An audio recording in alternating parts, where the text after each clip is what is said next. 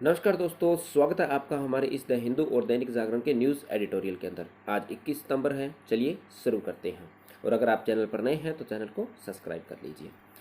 पहला जो हमारा न्यूज़ एडिटोरियल है वह हमारा दैनिक जागरण से संबंधित है, जिसके अंदर का है भी संघाई सहयोग संगठन कितना सार्थक है। ठीक है, अभी हमें पता है हाल ही में उज्बेकिस्तान के अंदर संघाई सहयोग संगठन का सम्मेलन हुआ है। ठीक है, जिसमें क्या है, प्रधानमंत्री नरेंद्र मोदी ने जो रूस के राष्ट्रपति को जो कहा है भी जो वर्तमान का जो युग है वह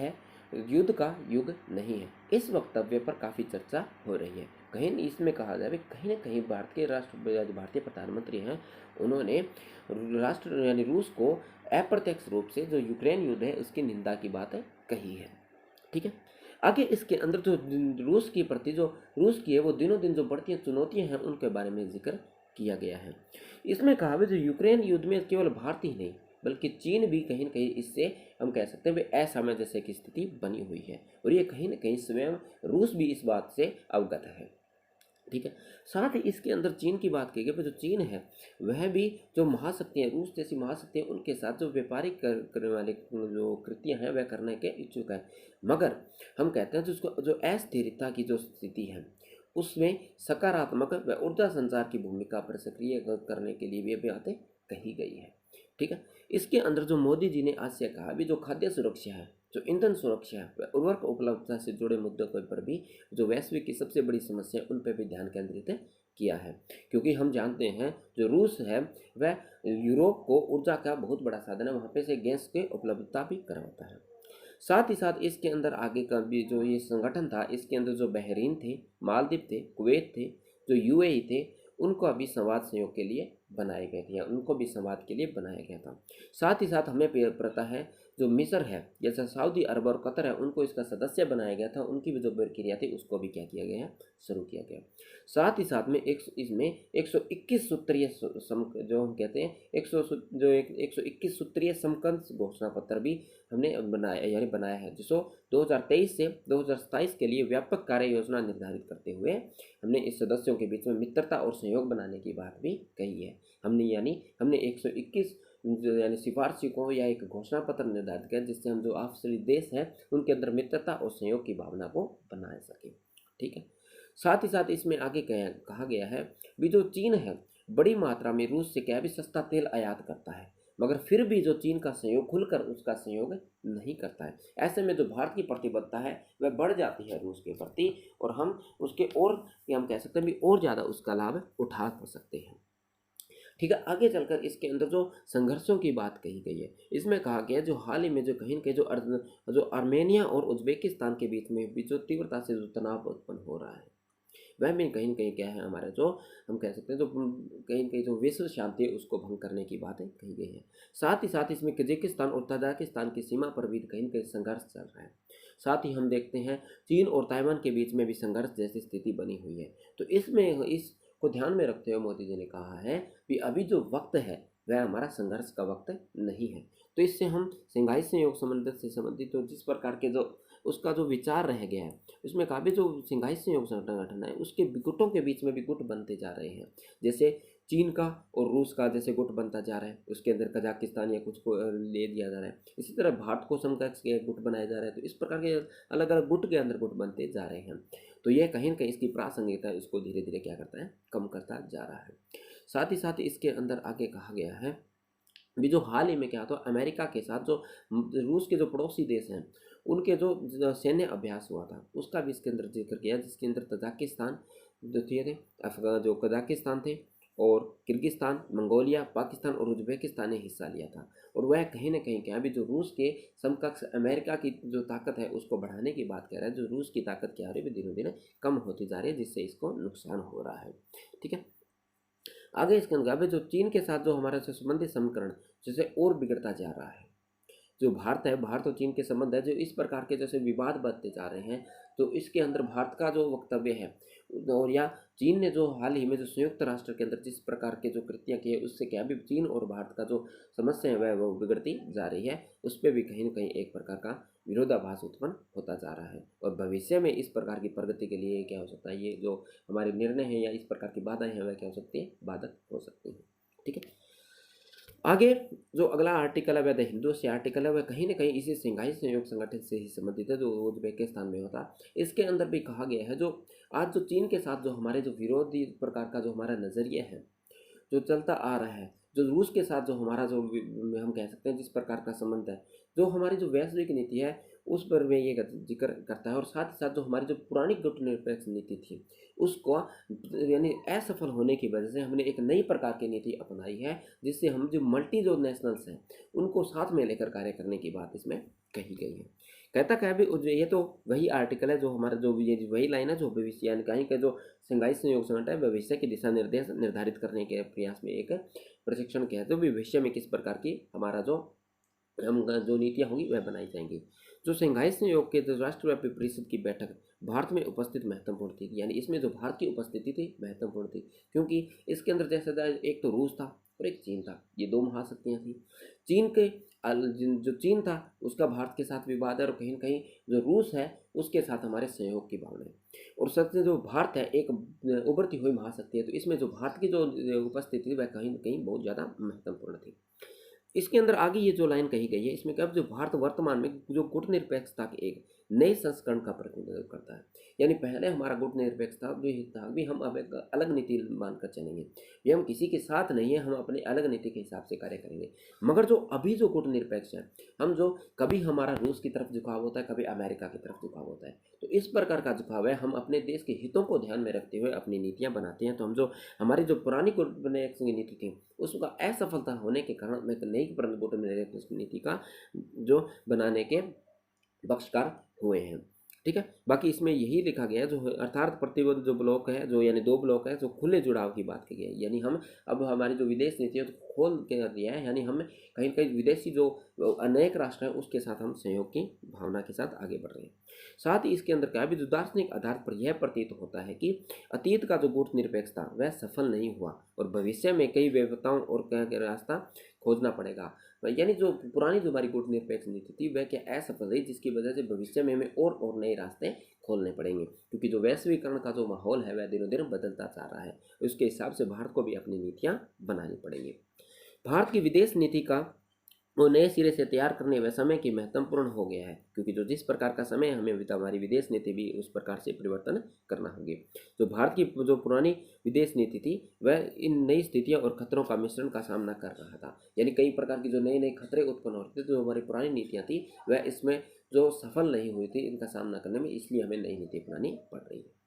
आगे इसमें क्या भी जबकि चीन वर्तमान में भारत के लिए एक तीव्र निकट अवधि की समस्या के रूप में उभर रहा है। जिस प्रकार से चीन विकसित होता जा रहा है और जिस प्रकार से उसकी आक्रामकता बढ़ती जा रही है, अपनी विस्तारवादी नीति का वह पूर्णता से समर्थन करता है। इस हिसाब से हम कह सकते हैं तो चीन है भारत के लिए एक बड़ी समस्या बनता जा रहा है। इसको काउंटर करने के लिए भी इसे के अंदर हम जो क्वाड जैसे जो समूह है वह बनाने के लिए हमें और ज़्यादा प्रेरित होना पड़ेगा। आगे इसमें क्या यह महत्वपूर्ण है कि भारत अपना वर्तमान स्थिति में को यह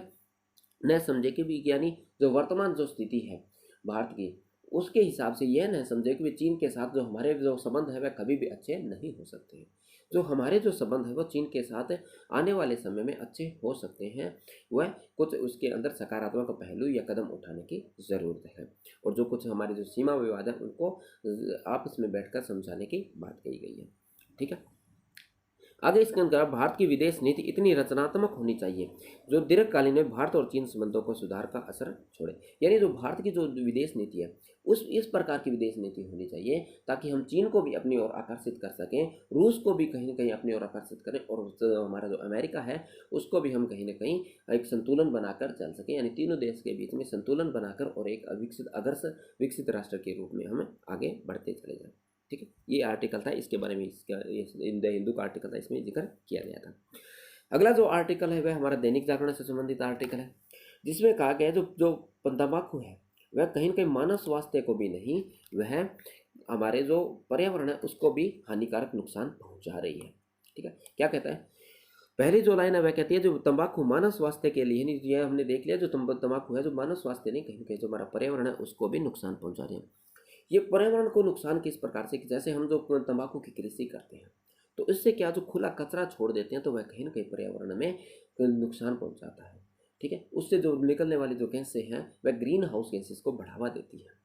ठीक है। साथ ही साथ इसमें आगे संयुक्त राष्ट्र की एक रिपोर्ट का जिक्र किया गया जिसमें कहा भी करीब लगभग 125 करोड़ लोग तंबाकू का सेवन करते हैं। इसमें से 15 वर्ष से अधिक आयु के 27 करोड़ भारतीय भी शामिल है।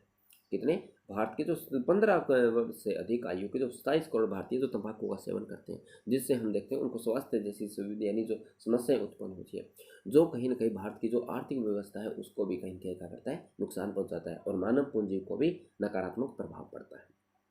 ठीक है। आगे इसमें कहा है जो भारत में क्या गया भी चीन के बाद भारत तंबाकू का दूसरा सबसे बड़ा उपभोक्ता एवं उत्पादक है। यानी चीन के बाद हम देखें तो भारत सबसे बड़ा उपभोक्ता भी है और सबसे बड़ा उत्पादक भी है। बाकी इसमें कहा गया बाद में कि तंबाकू के सेवन से विश्व में लगभग 70 लाख लोगों की मौतें होती हैं, जबकि भारत की बात करें तो भारत में प्रत्येक वर्ष इससे लगभग 13.5 लाख लोग ऐसे हैं जिससे प्रभावित होते हैं या उनसे उनकी मृत्यु हो जाती है, ठीक है। आगे इसके अंदर कहा है भी जो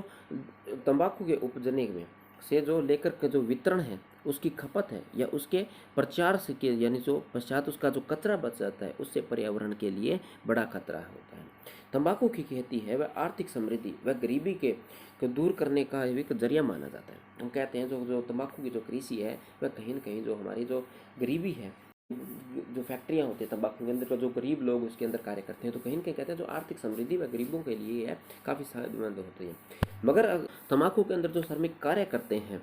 उनके अंदर हम देखे जाएँ तो 50 सिगरेट के बराबर का जो निकोटिन है उसका अवशोषण कर लेते हैं। यानी जो श्रमिक है वह कहीं न कहीं उनका स्वास्थ्य, उनमें कार्य करने वाले जो श्रमिक हैं उनका स्वास्थ्य भी कहीं न कहीं क्या हो रहा है, प्रभावित हो रहा है। साथ ही साथ इसके अंदर कहा गया है जो तंबाकू की खेती के लिए जो हमारे जो पेड़ हैं उनको भी काफ़ी जो करोड़ों पेड़ों की को काटा जाता है और उसकी जगह पर तंबाकू की खेती की जाती है और जिससे कहीं ना कहीं जो कार्बन डाइऑक्साइड का भी उत्सर्जन अधिक मात्रा में होता है, ठीक है। और सब जितनी मात्रा में जो कार्बन डाइऑक्साइड अवशोष करने जाने थे वह भी नहीं हो पाती है, ठीक है। साथ ही साथ इसके अंदर आगे विश्व स्वास्थ्य जो संगठन की एक रिपोर्ट है उसमें कहा गया था ये जो भी जो फिल्टर्स होते हैं जो यानी जो सिगरेट्स होती हैं उनके जो पीछे का जो फिल्टर्स होते हैं उनका जो माइक्रो प्लास्टिक्स है वह भी कहीं ना कहीं भूमि के अंदर मिल जाता है, जिसकी वजह से हमारा जो भूमि खराब होती है या फिर हवा के अंदर भी उनका मिश्रण होता है जिसकी वजह से हमारे स्वास्थ्य जैसी जो समस्या हैं वह और गहरी होती जाती है, ठीक है। आगे क्या अभी हर साल करीब इसमें 4.5 ट्रिलियन सिगरेट फिल्टर समुद्र व नदियों व सड़कों के व्यापार को उसमें प्रदूषित होते हैं, ठीक है। तो ये हम देखते हैं कि जो सिगरेट के जो फिल्टर है कितने लगभग 4.5 ट्रिलियन सिगरेट के जो फिल्टर होते हैं वह नदियों झीलों के अंदर जो पाए जाते हैं जिसके अंदर जल प्रदूषण जैसी समस्या भी बनी होती है। तो आगे इसके अंदर भी जो इस प्रकार के जो उपाय हैं उसको हतोत्साहित करना चाहिए और लोगों को इसके लिए प्रोत्साहन करना चाहिए, जागरूक करना भी चाहिए, ठीक है। अगला जो आर्टिकल इतना खास इंपॉर्टेंट नहीं है क्योंकि ये दैनिक जागरण से संबंधित एक प्रकार का मून लाइट का एग्जाम्पल है। मून लाइट क्या होता है भी जब एक व्यक्ति एक तो सरकारी नौकरी या किसी प्राइवेट निजी कंपनी में कार्य करता है, साथ ही साथ वह अपने घरेलू स्तर पर किसी इस प्रकार का जो अलग कार्य करता है, यानी एक हम कह सकते हैं एक प्रकार का साइड बिजनेस करता है, तो उसको हम मून लाइट कहते हैं। तो जो कुछ कंपनियां हैं IT कंपनियां जो इसका कहीं ना कहीं क्या करें इसकी आपत्ति जाहिर की है यानी आलोचना की है कि अगर कोई व्यक्ति यानी अपने जॉब के साथ साथ किसी घरेलू कार्य करता है तो वह कहीं ना कहीं अपनी जॉब को प्रभावित करता है, उसके अंदर इतनी कुशलता से कार्य नहीं कर पाता है, ठीक है। साथ ही इसके अंदर थोड़ा बहुत एग्जाम्पल दिया गया है भी जो हमारे जो 2007 में जो फ्लिपकार्ट बनी थी उसके जो संस्थापक जैसे सचिन मसल थे और बन्नी बंसल थे, वह भी पहले एक IT कंपनी में काम करते थे और बाद में उन्होंने IT कंपनी को छोड़कर फ्लिपकार्ट का जो वो जैसी एक साइट का निर्माण किया था, ठीक है। तो बाकी इसके अंदर कोई खास इंपॉर्टेंट नहीं कहा गया और साथ ही साथ इसके अंदर कहा गया जो लोग होते हैं जो बाहरी तौर पर कार्य करते हैं जो उसमें वह ज़्यादा सकारात्मक रहते हैं क्योंकि वहाँ वह अपनी एफिशिएंसी का पूर्ण इस्तेमाल करते हैं और कहीं ना कहीं जो कार्य करते हैं वह ये सोचते हैं कि मैं इस कार्य के पूरे कैपेबल हूँ और यही कार्य मेरे लिए सही है। जबकि नौकरियों के अंदर सही प्रकार से उसको कार्य न मिलने की वजह से वह क्या करता है या अपनी क्षमता के आधार पर कार्य न मिलने की वजह से वह दूसरे कार्य की तरफ ज़्यादा आकर्षित होते हैं, ठीक है। बाकी इसके अंदर कितना कोई खास आर्टिकल नहीं था। एक इसके अंदर जो बातें थोड़ा सा जिक्र किया गया था जो भारतीय फैक्ट्रीज कानून है,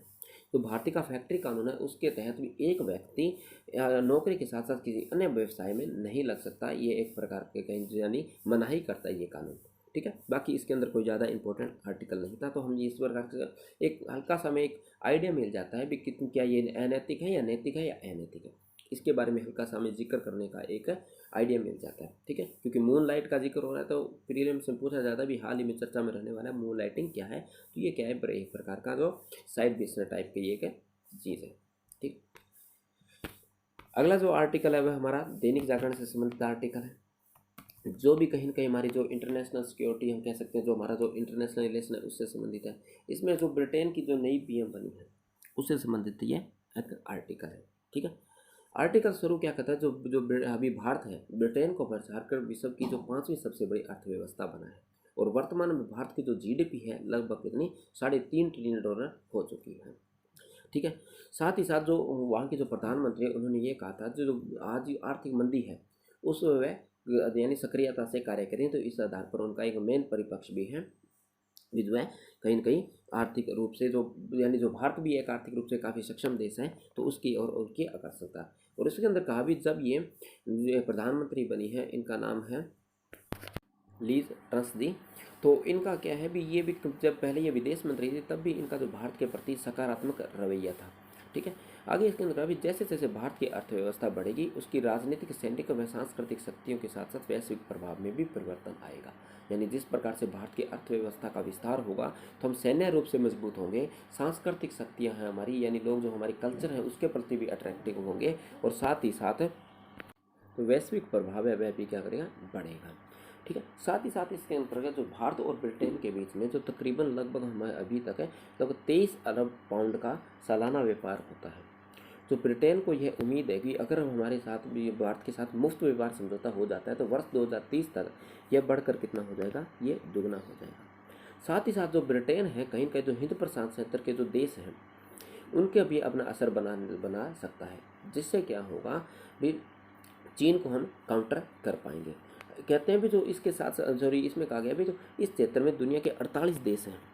जो लगभग 65% आबादी का नेतृत्व करते हैं, और इसके जो खनिज संसाधन है उस पर जो चीन है उसकी नज़र बनी हुई है। और जो चीन क्या करता है, इन जो ये देश होते हैं छोटे देश, इनको कर्ज देकर उनको कर्ज में फंसाकर उनके बंदरगाह होते हैं वह लीज पर ले लेता है। और इसी प्रकार के कृत्यों का ही परिणाम कौन सा है, आज जो हम वो जो क्वाड देखते हैं वह इसी का एक परिणाम है, जो कहीं ना कहीं जो चीन के एकाधिकार को प्रतिस्थापित करने के लिए ही बनाया गया था। साथ ही साथ इसके अंदर कहा गया जो भारत है भी ब्रिटेन द्वारा भारत जो नए लड़ाकू विमान है या जल परिवहन प्रौद्योगिकी है या सुरक्षा के मामले में भारत के सहयोग देने की बात भी कही गई है। तो इसमें कहा भी 2030 तक दोनों देश द्विपक्षीय व्यापार को दुगना करने और रोड मैप तैयार करने की भी बातें कह रहे हैं। ठीक है, अब आगे इसमें कहा कि जो भारत है, भारत की जो वास्तविक जो चिंता है वह कहीं कहीं चीन है, क्योंकि चीन भारत के साथ अपनी सीमा को साझा करता है, और साथ ही साथ भारत के जो पड़ोसी देश हैं या जो छोटे द्वीप हैं उन पर कर्जा देकर उनको कर्ज के जाल में फंसाकर उनके बंदरगाह भी यानी कहीं कहीं लीज पे ले लेता है, जिसकी वजह से भारत की जो सिक्योरिटी है वह भी कहीं कहीं थ्रेट होता है या सिक्योरिटी को भी नुकसान होता है। ठीक है, तो इसमें अभी जो यूरोप और अमेरिका देशों के साथ जैसे ऑस्ट्रेलिया, जापान, दक्षिण कोरिया के साथ भारत के प्रगट संबंध भी चीन को संतुलित कर सकते हैं। यानी जिस प्रकार से हमारी यूरोप के साथ, अमेरिका के साथ और एशिया के कुछ ताकतवर देशों के साथ भी अगर हमारा संबंध मजबूत होता है तो वह कहीं ना कहीं क्या है, चीन को प्रतिस्थापित कर सकता है। आगे इसके अंदर उपाय बताया कि इसके लिए सबसे जो महत्वपूर्ण उपाय है वह कहीं ना कहीं जो हमारा आत्मनिर्भर भारत अभियान है उसको सफल बनाया जाए, और साथ साथ ज़्यादा से ज़्यादा जोर मेक इन इंडिया जो कार्यक्रम है उस पर ज़्यादा से ज़्यादा जोर दिया जाए, ताकि विदेश से हमारी जो रक्षा आपूर्ति है उसकी जो निर्भरता है वह क्या उसके कम हो सके। ठीक है, साथ ही साथ जो इसमें कहा गया है जो भारत है वह ब्रिटेन की जो मंदी के अंदर, आर्थिक मंदी के अंदर जो स्थिति यानी जो बाहर निकालने में भी क्या कर सकता है, भारत इसकी मदद कर सकता है। ठीक है, तो आज की वीडियो में इतने ही जो मेन आर्टिकल्स थे, वो जो इम्पोर्टेंट आर्टिकल्स थे वो हमने डिस्कस कर लिए हैं। अगर वीडियो आपको अच्छा लगता है तो प्लीज़ आप वीडियो को शेयर कीजिए, और अगर आप चैनल पर नए हैं तो चैनल को सब्सक्राइब भी कर सकते हैं। ठीक है, तो मिलते हैं नेक्स्ट वीडियो में।